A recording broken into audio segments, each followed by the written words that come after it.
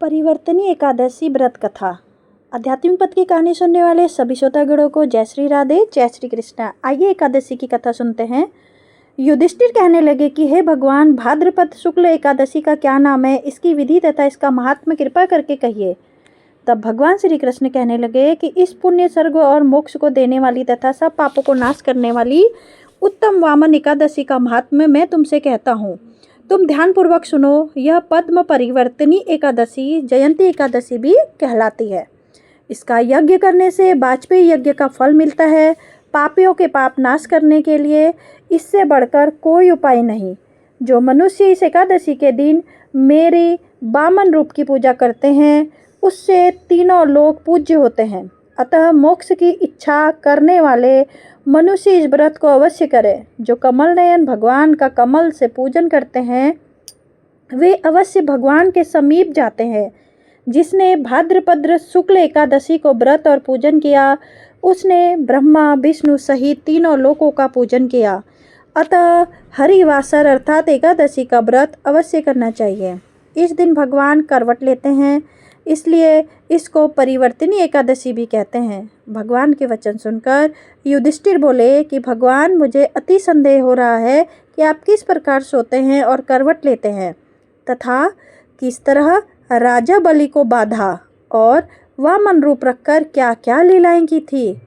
चातुर्मास के व्रत की क्या विधि है तथा आपके शयन करने पर मनुष्य का क्या कर्तव्य है, सो आप मुझसे विस्तार से बताइए। श्री कृष्ण कहने लगे कि हे राजन, अब आप सब पापों को नष्ट करने वाली कथा का स्मरण करें। त्रेता युग में बलि नामक एक दैत्य था। वह मेरा परम भक्त था। विविध प्रकार के वेद सूक्तों से मेरा पूजन किया करता था और नित्य ही ब्राह्मणों का पूजन तथा यज्ञ के आयोजन करता था। लेकिन इंद्र से द्वेष के कारण उसने इंद्रलोक तथा सभी देवताओं को जीत लिया। इस प्रकार सभी देवता एकत्र होकर सोच विचार कर भगवान के पास गए। बृहस्पति सहित इंद्रादिक देवता प्रभु के निकट जाकर और नतमस्तक होकर वेद मंत्रों द्वारा भगवान का पूजन और स्तुति करने लगे। अतः मैंने ब्राह्मण रूप धारण करके पांचवा अवतार लिया और फिर अत्यंत तेज रूप से राजा बलि को जीत लिया। इतनी वार्ता सुनकर राजा युधिष्ठिर बोले कि हे जनार्दन, आपने वामन रूप धारण करके उस महाबली दैत्य को किस प्रकार जीता। श्री कृष्ण कहने लगे, मैंने वामन रूपधारी यानी कि ब्रह्मचारी बलि से 3 पग भूमि की याचना करते हुए कहा, यह मुझको तीनों लोकों के समान है और हे राजन, यह तुमको अवश्य ही देनी होगी। राजा बलि ने इससे तुच्छ याचना समझकर 3 पग भूमि का संकल्प मुझको दे दिया और मैंने अपने त्रिविक्रम रूप को बढ़ाकर यहाँ तक कि भूलोक में पद, भूलोक से जंघा, स्वर्गलोक में कमर और महलोक में पेट, जनलोक में हृदय और यमलोक में कंठ की स्थापना कर सत्यलोक में मुख, उसमें उसके ऊपर मस्तक स्थापित किया। सूर्य, चंद्रमा आदि सब ग्रह गण, योग, नक्षत्र, इंद्रादिक देवता और शेष आदि सब नाग गणों ने विविध प्रकार से वेदों सूक्तों से प्रार्थना की। तब मैंने राजा बलि का हाथ पकड़कर कहा कि हे राजन, एक पथ से पृथ्वी, दूसरे से स्वर्गलोक पूर्ण हो गया, अब तीसरा पग कहाँ रखो।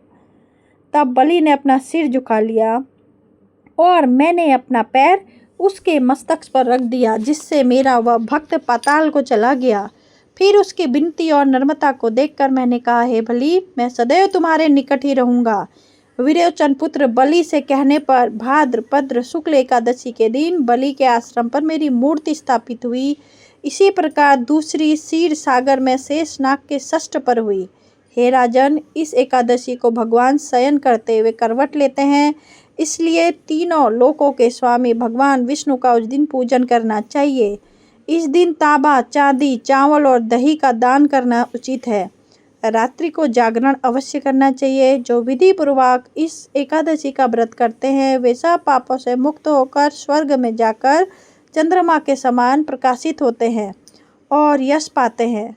जो पापनाशक इस कथा को पढ़ते या सुनते हैं, उनको हजारों अश्वमेघ यज्ञ का फल प्राप्त होता है।